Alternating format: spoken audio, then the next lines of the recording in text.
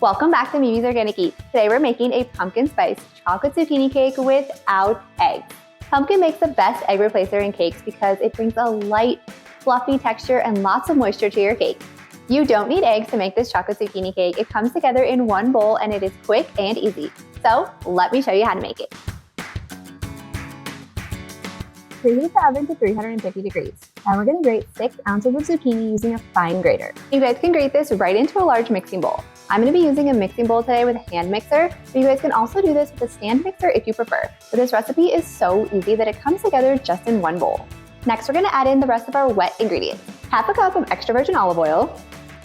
And now I always like to use extra virgin olive oil in cakes whenever possible because it means they're free of seed oils. But if you guys want to use canola oil, you can totally do that as well. Next, we're adding in 113 grams of cane sugar, 113 grams of light brown sugar, and then we're adding in pumpkin, which is going to be our egg replacer. And this is such a great egg replacer for cakes because it's going to make them super moist and fluffy without eggs.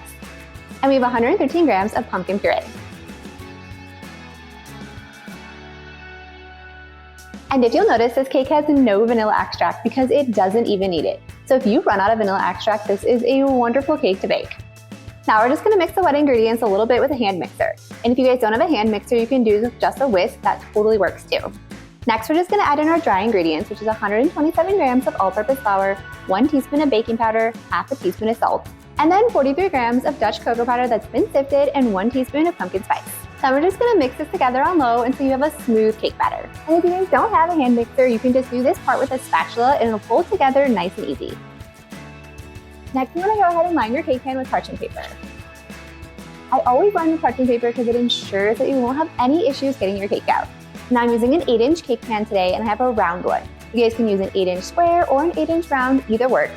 And if you only have a 9-inch round or square, that will also work. Your cake will just be a tad bit shorter. Now we're just going to transfer the cake batter to the cake pan. Now we're just going to bake this at 350 degrees for about 30 minutes or until a toothpick inserted in the center comes out clean. If you don't have a toothpick, use a butter knife, use a chopstick, use a fork.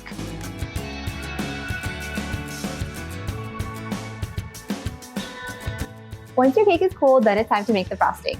So we have 113 grams of softened butter and 212 grams of sifted powdered sugar in the bowl of my stand mixer with the paddle attachment. And then I'm going to add in 43 grams of Dutch cocoa powder that's also been sifted.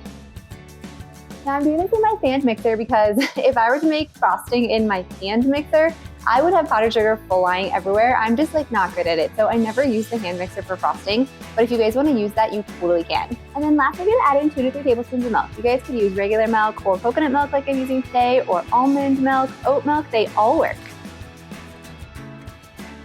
So now we're going to mix this on low until everything is combined. Then you want to speed the mixer up to high and we want to whip it for 3 to 4 minutes or until it's light and fluffy. If you notice the frosting seems a little bit dry, then go ahead and add a little bit more milk. Make sure to scrape down the sides of the bowl as you're mixing. This will ensure that you get a smooth and creamy frosting and everything is combined. Now it's time to frost the cake, so we're going to remove it from the cake pan.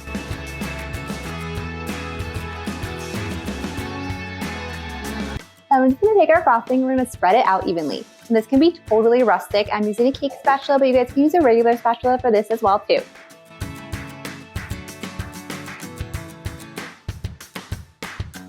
Now I'm just going to add a few roasted and salted pumpkin seeds on top and this cake is going to be ready. If you guys enjoyed this video, be sure to drop a like and leave a comment below. And if you want more eggless baking recipes just like this, be sure to hit that subscribe button and join me next time in the kitchen.